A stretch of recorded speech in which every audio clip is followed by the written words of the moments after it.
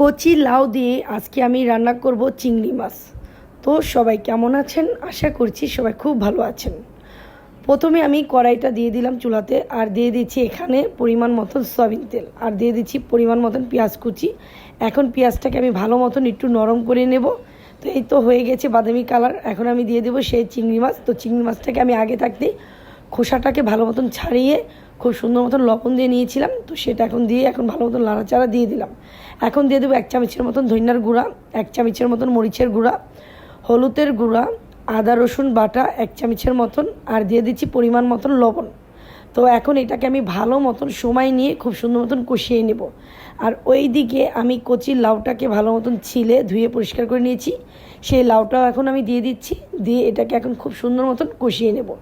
লাউয়ে কিন্তু আমি মশলাটা খুব কম দিয়েছি, কেন লাউ তরকারিতে একটু মশলাটা কম হলে খেতে খুবই ভালো লাগে, যার কারণে দিয়েছি। তো যাই হোক, এখন আমি একবারে পানি দিয়ে আর কিছুটা কাঁচামরিচ দিয়ে এটাকে এখন ঢেকে কিছুক্ষণের জন্য রান্নাটা করে নেব।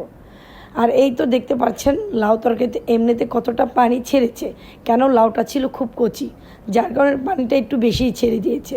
তো যাই হোক, এখন আমি নামানোর আগ দিয়ে কিছুটা ধনিয়া কুচি দিয়ে দেবো। তো দিয়ে এটাকে এখন আমি একটু ভালো মতো আলতো হাতে লাড়াচাড়া দিয়ে আবার কিছুক্ষণের জন্য এটাকে ঢেকে সময় নিয়ে ভালো মতন একটু রান্নাটা করে নেব। তো এই তো মাশাল্লাহ, আমার লাউ চিংড়ি রান্নাটা খুব সুন্দর মতন কমপ্লিট হয়ে গিয়েছে। তো দেখতে পাচ্ছেন কতটা সুন্দর লাগছে মাশাল্লাহ। তো যাই হোক, কারা কারা আছেন যে এমন করে লাউ চিংড়ি রান্না করে খেয়েছেন? শুধু চিংড়ি মাছ দিয়ে লাউ রান্না করলে ভালো শুধু যে লাগে তা না, আপনারা কচি লাউ দিয়ে ইলিশ মাছের মাথা, শৈল মাছের মাথা দিয়ে এটা রান্না করে খেতে কিন্তু খুবই ভালো লাগে। তো যাই হোক, আজকের এই লাউ চিংড়ির রেসিপিটা আপনাদের সবার কাছে কেমন লাগলো সেটা মোটেও কমেন্টে জানাতে ভুলবেন না। তো আজকের মতন ভিডিওটা এই পর্যন্তই। সবাই সুস্থ থাকবেন, ভালো থাকবেন। আল্লাহ হাফেজ।